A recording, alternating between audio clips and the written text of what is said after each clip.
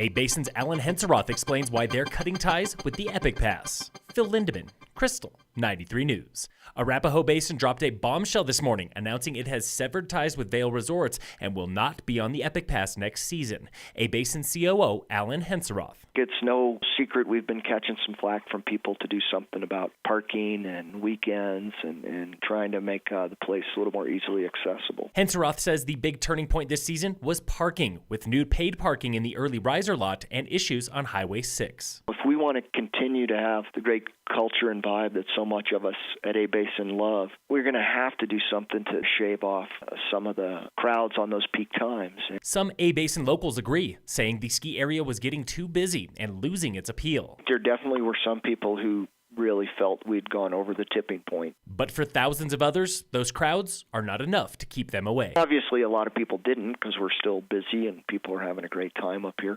Henseroth says A-Basin might join another ski pass, but did not name any, saying, for now, A-Basin needs to be the master of its own destiny. It was a very difficult decision, and it impacts people in a lot of different ways, and we took it very seriously. The Epic Pass is good at A-Basin through the end of this ski season, most likely in early June.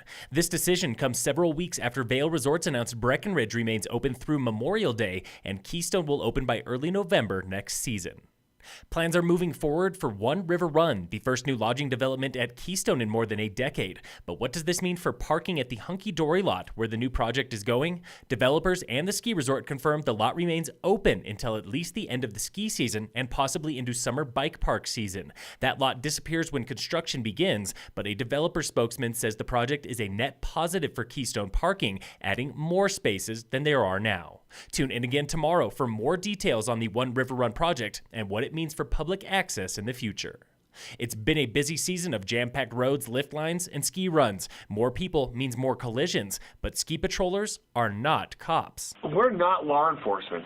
What we're trying to do is have a really good attention to detail on how our mountain looks so that we can avoid incidents. That was Tony Camarada, Ski Patrol Director at Arapahoe Basin. His patrollers are highly trained EMTs, but when there's a collision, they never detain people. The biggest priority of our job is if somebody is sick or injured, we're prepared to provide an emergency medical response. Patrollers begin every morning with a team meeting and safety patrols, checking signage, rope closures, avalanche danger, and chairlifts. Some days, they have to roll with the punches. Part of the job is sometimes you can make all the to-do lists you want, but things happen.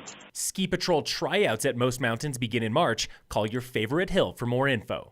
A mobile counseling center for local combat veterans comes to Frisco tomorrow, the first of a new monthly service. The Mobile Vet Center is made for eligible veterans, active duty service members, and their families. Counseling is free. Veterans must bring an official discharge form. The Mobile Vet Center comes to St. Anthony's in Frisco at 9 a.m. tomorrow. Call the Veterans Office for info at 668-9716.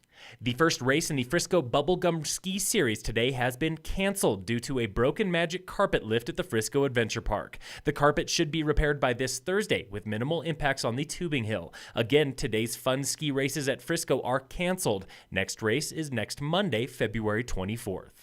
In sports, the Avalanche play the Golden Knights tonight. Game time is 7 p.m. The Nuggets are off until Friday. And in local sports, brought to you by American Family Insurance, the Weiss Agency, winter sports season is winding down for Summit High. Basketball wrapped up at Steamboat Springs Saturday, where the girls won and boys lost. Tigers ice hockey ended their season with a split, beating Glenwood Springs and losing to Stanley Lake. None of those teams qualify for the postseason. Alpine ski season concludes this Thursday with the state meet at Purgatory. State Nordic races are Friday and Saturday in Durango. Phil Lindeman, Krystal, 93 News.